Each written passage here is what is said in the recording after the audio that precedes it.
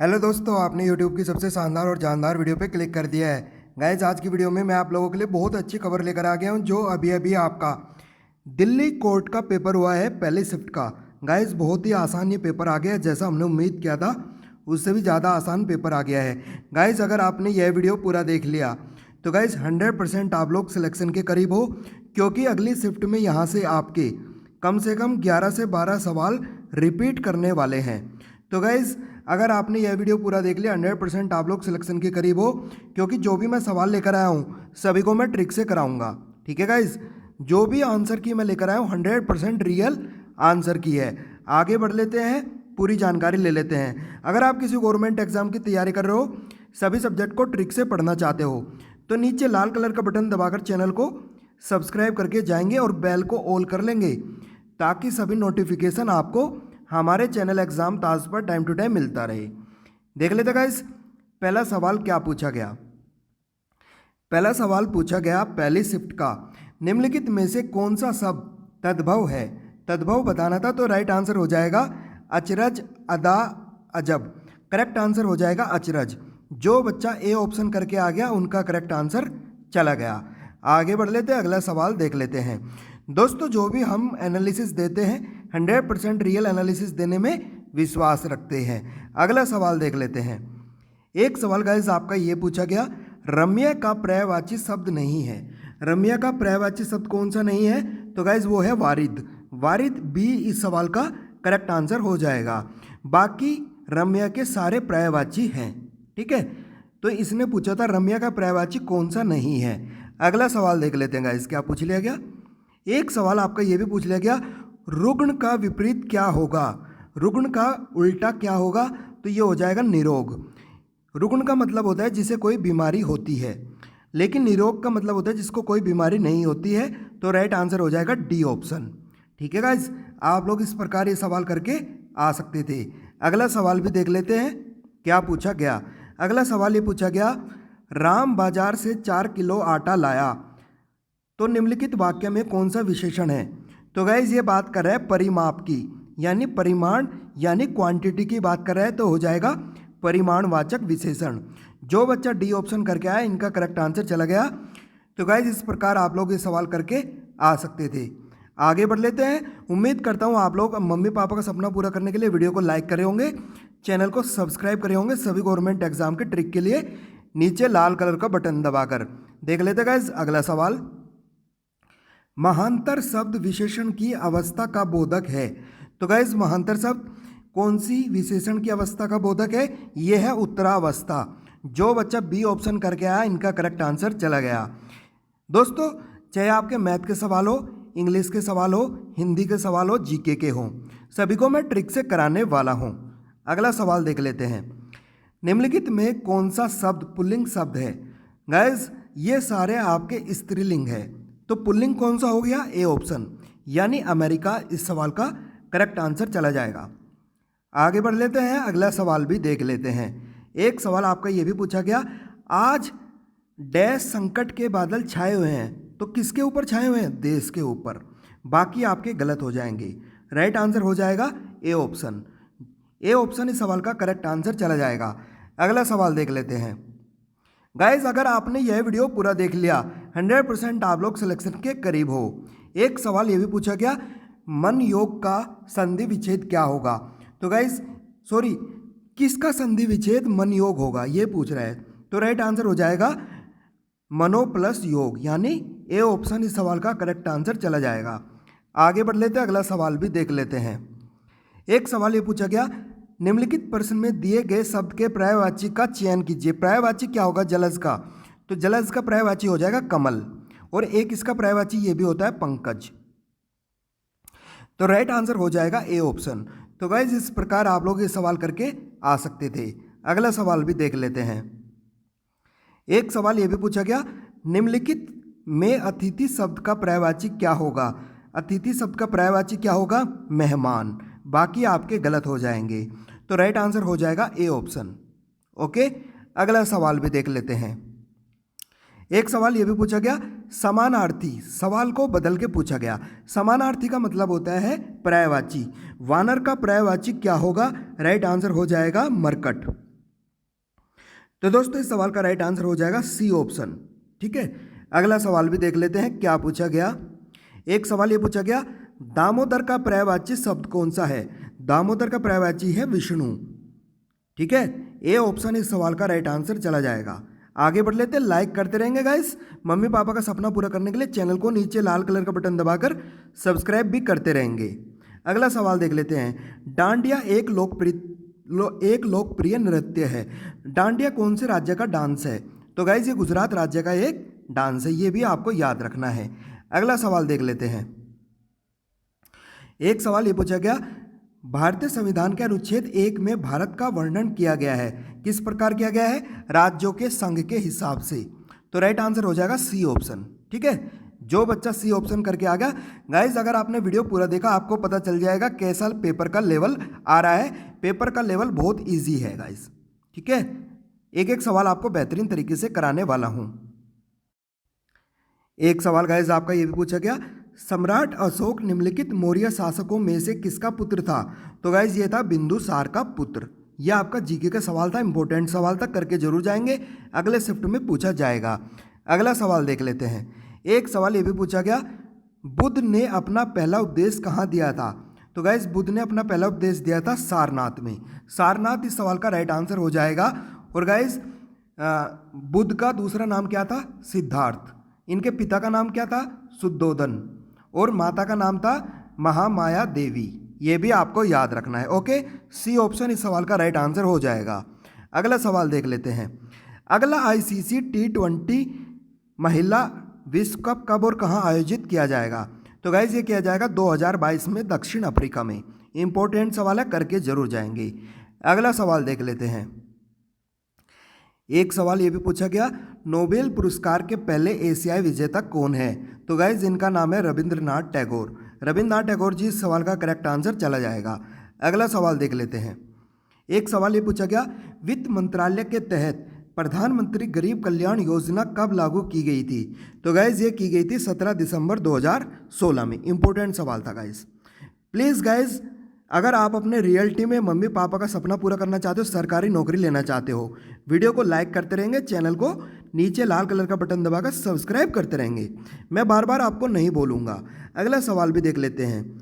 राउफ कौन से राज्य का डांस है। राउफ आपका कौन से राज्य का डांस है, जम्मू एंड कश्मीर राज्य का एक डांस है। ये भी आपको याद रखना है। अगला सवाल देख लेते हैं। राष्ट्रीय विकास परिषद का गठन कब किया गया था। तो गाइज ये किया गया था 6 अगस्त 1952 को। ये भी इंपॉर्टेंट सवाल था। अगला सवाल देख लेते हैं क्या पूछ लिया गया।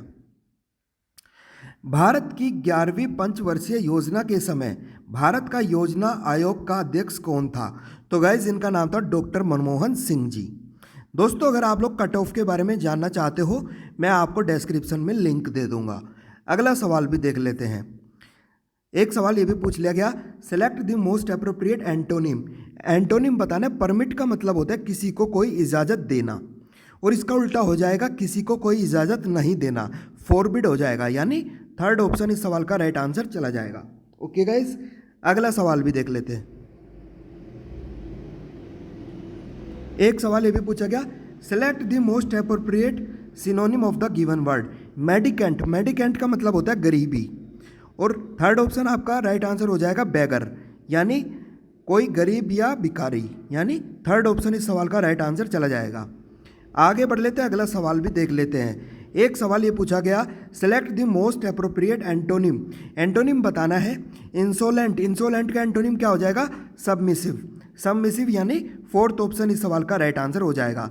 दोस्तों मैथ के सवाल को ट्रिक से करा देता हूँ फटाफट, बहुत बेहतरीन वीडियो होने वाला है। एक सवाल ये बहुत आसान पूछा गया, 1 से 72 तक की सभी संख्याओं का योग बताइए। तो गाइज क्या हो जाएगा, इसका फॉर्मूला होगा n+1/2। जब इसमें आप n की वैल्यू रखोगे, n की वैल्यू हो जाएगी 72, और 72 और 1 73। तो गाइज जब इसको आप 2 से भाग करोगे तो राइट आंसर आ जाएगा 2628। 2628 इस सवाल का राइट आंसर चला जाएगा। तो गाइज इस प्रकार आप लोग ये सवाल करके आ सकते थे। अगला सवाल भी देख लेते हैं। एक सवाल ये पूछ लिया गया आपका पहले शिफ्ट में, पेपर बहुत आसान आ गया है।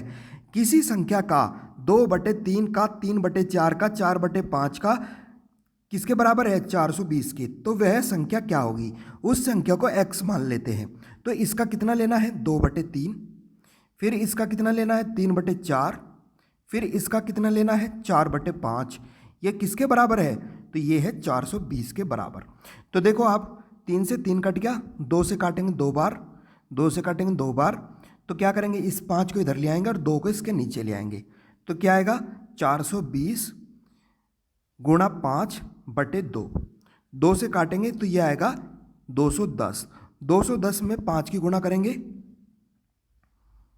तो यह गाइज आपका हो जाएगा 1050। 1050 इस सवाल का राइट आंसर हो जाएगा। तो गाइज वो संख्या क्या होगी, वो हो जाएगी 1050। ओके गाइज, उम्मीद करता हूँ आपको सवाल समझ में आ रहे होंगे। वीडियो को लाइक करे होंगे, चैनल को आप लोग सब्सक्राइब करे होंगे नीचे लाल कलर का बटन दबाकर।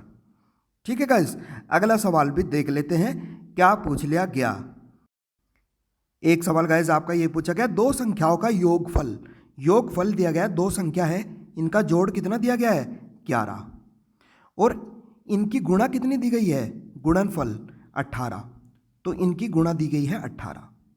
अब आपको निकालना क्या है, इन संख्याओं का व्युत्क्रम का योगफल ज्ञात कीजिए। इनको बताना है, इनको उल्टा करके इनको जोड़ बताना है, इसकी वैल्यू आपको बतानी है। ठीक है गाइस, तो कैसे करोगे आप लोग, इसका जब एलसीएम लोगे तो ये हो जाए a+b/ab। ठीक है गाइस, तो ये आपको दिया गया है। तो गाइस इसको क्या करेंगे, 11 ऊपर रख देंगे, 18 नीचे रख देंगे। आप लोग ऐसे इस सवाल को करके आ सकते थे। तो राइट आंसर हो जाएगा, ये हो जाएगा आपका, यहां से क्या पता चला, तो इसको आप लोग डायरेक्ट यहां पर रख दो। क्या हो जाएगा डायरेक्ट आपका, तो देखो अगर आप यहां पर a की वैल्यू 9 रखो, b की वैल्यू 2 रखो, तो क्या हो जाएगा, यहां पर भी रखो, ये इसको सेटिस्फाई कर रहे हैं। तो गैस a की वैल्यू हो जाएगी 9, b की वैल्यू हो जाएगी 2, नीचे आ जाएगा 18। तो गैस 11/18 सवाल का राइट आंसर आ जाएगा। 11/18 सवाल का राइट आंसर आ जाएगा। तो गैस आप लोग इस प्रकार ये सवाल करके आ सकते थे। बस आपको a और b की वैल्यू रखनी है, कहाँ पर, यहाँ पर बस। तो दोस्तों 11/18 सवाल का करेक्ट आंसर हो जाएगा। अगला सवाल देख लेते हैं क्या पूछ लिया गया। एक सवाल ये बहुत आसान पूछा गया, इसको सोल्व करना था। कौन से मेथड से, बोर्ड मास से। तो बोर्ड मास के अकॉर्डिंग पहले क्या करेंगे, डिवाइड करेंगे पहले। तो डिवाइड करेंगे तो क्या आएगा, यह आएगा आपका 28 गुणा 10। जब आप इसको इससे डिवाइड करोगे, भाग करोगे, तो ये आएगा 3 -3। तो इसके अकॉर्डिंग आप क्या करेंगे, मल्टीप्लाई करेंगे। तो ये आएगा आपका गुणा करके 600, ये आएगा 280 और ये आएगा -3। इसको सोल्व करके आएगा आपका 877। 877 इस सवाल का करेक्ट आंसर हो जाएगा। ठीक है गाइज, इतना काम आपको करना था। अगर आपको लगता है मम्मी पापा के सपने आपको पूरे करने हैं, सिलेक्शन लेना है, जॉब लेनी है, तो गाइज हाथ जोड़कर विनती करता हूँ, लाइक करते रहेंगे, चैनल को आप लोग ज्वाइन करते रहेंगे। ठीक है गाइज, अगला सवाल भी देख लेते हैं। एक सवाल ये पूछा गया, 48% को भिन्न में बदलिए। भिन्न क्या होता है, 48% क्या होता है, 48/100। अब इसको 4 से भाग करो 12 बार, और 4 दूनी 8, 4 पंजे 20। तो गाइज 12/25 इस सवाल का राइट आंसर हो जाएगा। इतना कार्य आपको करना था, इतना आसान ये सवाल था। आगे बढ़ लेते हैं, अगला सवाल भी देख लेते हैं। एक सवाल गाइज आपका ये पूछा गया, 18% को दशमलव में बदलिए। दशमलव में कैसे बदलेंगे, 18/100 कितना होता है 18%। तो गाइज 2 से पहले पॉइंट, यहाँ पर एक आपका दशमलव लग जाएगा, क्योंकि नीचे कितना जीरो है 2। 0.18 इस सवाल का राइट आंसर हो जाएगा। ठीक है गाइज, अगला सवाल देख लेते हैं क्या पूछ लिया गया। एक सवाल गाइज आपका ये भी आसान पूछ लिया गया, 24, 32, 40 का आपको एलसीएम बताना था। उससे पहले गाइज लाइक कर दो प्लीज़, बार बार बोल रहा हूँ मैं, बच्चे कर नहीं रहे लाइक, और सब्सक्राइब करते रहे गाइज। ठीक है, देखो मैं बता देता हूँ, 24 को क्या लिख लो, 8 3 24। 32 को क्या लिख लो, 8 चौक 32। इसको एक काम करो आप, हाँ इसको 8 चौक 32 लिख लो। अगला क्या है 40, इसको 8 पंजे 40 कर लो। तो गाइज इसमें हाईएस्ट सबसे छोटा कॉमन फैक्टर क्या है? लीस्ट कॉमन फैक्टर 8 है। बाकी क्या बचा? 3 बचा और 5 बचा। तो 3 और 5 की गुणा यहाँ कर दो, इसका एलसीएम आ जाएगा। तो आ जाएगा 8 दिए 24, 24 पंजे 120। तो गाइज 120 इस सवाल का एलसीएम आ जाएगा। ठीक है गाइज, 120 नहीं आएगा गाइज, 120 ही आना चाहिए।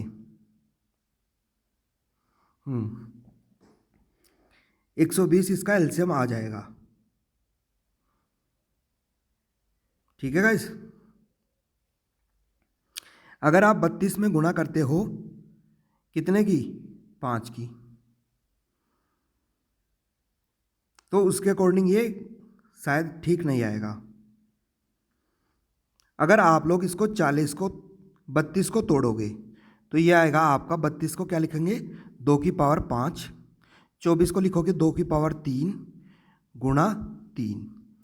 40 को लिखोगे आप लोग 2 की पावर 3 इंटू 5। तो गाइज इसमें कॉमन क्या आ रहा है? आपका पोर्शन कॉमन क्या आ रहा है? उस हिसाब से आपका इसका एलसीएम क्या आएगा? 2 की पावर 5 गुणा 3 गुणा 5। तो यह आएगा आपका 32 गुणा 15। तो इसका एलसीएम आएगा 15 तिये 45 और 15 480 इसका एलसीएम आएगा। ठीक है, वो आपका गलत था, ये आपका करेक्ट आंसर हो जाएगा। 480 इस सवाल का राइट आंसर आ जाएगा। अगला सवाल भी देख लेते हैं। 60, 45 और 24 का एचसीएफ क्या होगा? तो देखो 15 चौका 60 कर दो इसको, 45 को ले लो 15 तिये 45, 24 को ले लो 8 तिये 24। तो गाइज इसमें सबसे कॉमन फैक्टर क्या आ रहा है? कॉमन में देखो यहाँ पर 2 की पावर में है, यहाँ पर 2 की पावर में है, लेकिन यहाँ पर नहीं है। सभी में 3 कॉमन आ रहा है। 3 आपका यहाँ पर भी है, 5 तिये 15, तो 3 यहाँ पर भी है। तो दोस्तों इस सवाल का एचसीएफ आ गया आपका 3। तो गाइज आप लोग इस प्रकार ये सवाल करके आ सकते थे। ठीक है गाइज, लाइक और सब्सक्राइब करके जरूर जाएंगे। मिलते हैं अगली वीडियो में।